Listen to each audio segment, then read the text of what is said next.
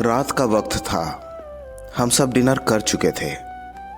सोने से पहले रोज़ की तरह मैं किताब पढ़ रहा था और तभी मेरा बेटा आकर मेरे पास बैठ गया। थोड़ी देर तक वो चुप रहा, फिर अचानक बोला, पापा, मुझे आप पर गुस्सा क्यों आता है पता है? मैं चौंक गया। मैंने उसकी तरफ देखा, मुस्कुराने की कोशिश की और पूछा, मैंने क्या किया? मैंने देखा उसके चेहरे पर सीरियसनेस थी। वो बोला, जब आप मेरी बात पूरी सुने बिना टोक देते हो, जब आप मुझे बिना गलती के डांटते हो, जब आप मेरी कोशिशों पर भी सवाल उठाते हो, तब मुझे आप पर गुस्सा आता है पापा।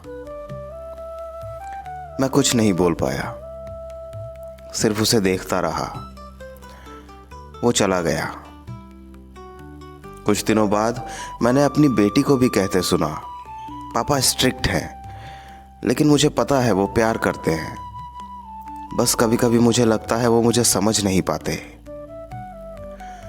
अक्सर सच्चाई को जानते हुए भी उसे मान लेना हमारे लिए मुश्किल होता है। पहले मैंने भी उनकी इन बातों को बचपने का नाम देने की कोशिश की, लेकिन फिर मैंने खुद से पूछा, क्या मैं सच में इतना दूर हो गया हूं अपने बच्चों से? जो मैं कहना चाहता हूं और जो वो महसूस करते हैं, उसमें इतना फर्क क्यों?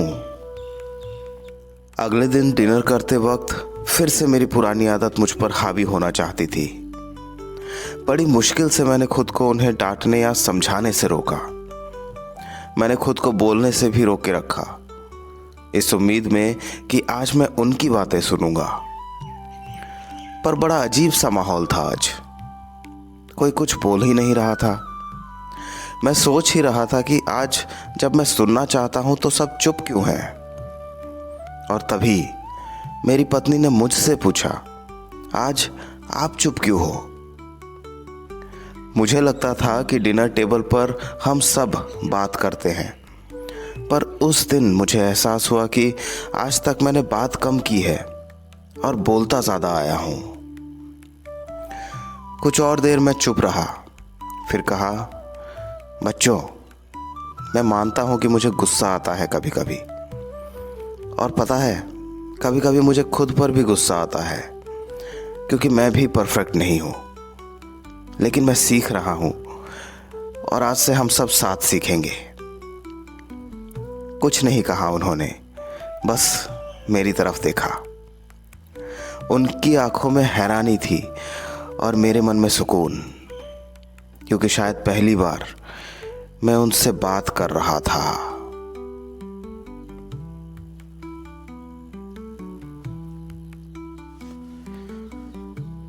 तो अगर हम चाहते हैं कि हमारे बच्चे हमसे रिश्तों को संभालना सीखें, चलिए हम ये जान लें कि गुस्सा कोई प्रॉब्लम नहीं है, बल्कि ये तो एक संकेत है समझे जाने की ज़रूरत का।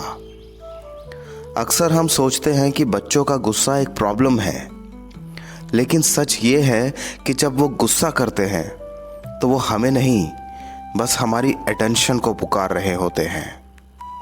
तो चलिए अपने बच्चों के गुस्से को डिसओबीडियंस नहीं, एक मौका समझें, उन्हें सुनने का और उनसे जुड़ने का मौका। क्योंकि जब हम वक्त लेकर सुनते हैं, रिश्ते दोबारा खिलने लगते हैं। मिलेंगे मेरे पापा के अगले एपिसोड में एक नए पेरेंटिंग टिप के साथ। रिश्ते, जज्बात और काश।